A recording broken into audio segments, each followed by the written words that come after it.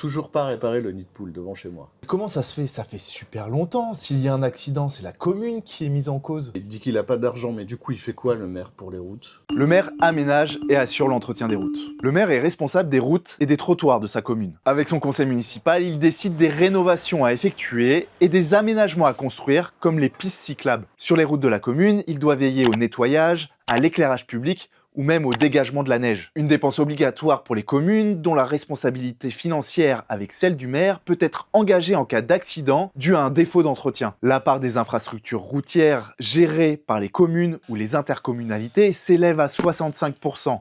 C'est 34% pour les départements et seulement 1% pour l'État. Il réglemente la circulation. C'est l'une des principales missions du maire. Il est l'autorité de la voirie dans sa commune. La vitesse autorisée, l'essence interdite, le stationnement, c'est lui. Il peut donc bloquer une rue, empêcher le passage de camions ou même interdire les trottinettes électriques dans le centre-ville. Et le maire a autorité en matière de circulation sur toutes les routes passant par sa commune, qu'elles soient départementales ou nationales. Le maire participe à l'organisation des transports publics. En principe, la mise en place d'un service public de transport relève des compétences du maire et du conseil municipal. Mais en pratique, la compétence est transférée à la métropole ou à la communauté d'agglomération qui, au sein d'un établissement public, décide de fixer les tarifs, le mode de transport, train, tramway ou même téléphérique. Le transport scolaire revient aux régions qui s'occupent aussi des trains régionaux. Cas particulier, l'Île-de-France et ses 9,4 millions d'habitants, la compétence des transports publics a été transférée à une structure présidée par la région.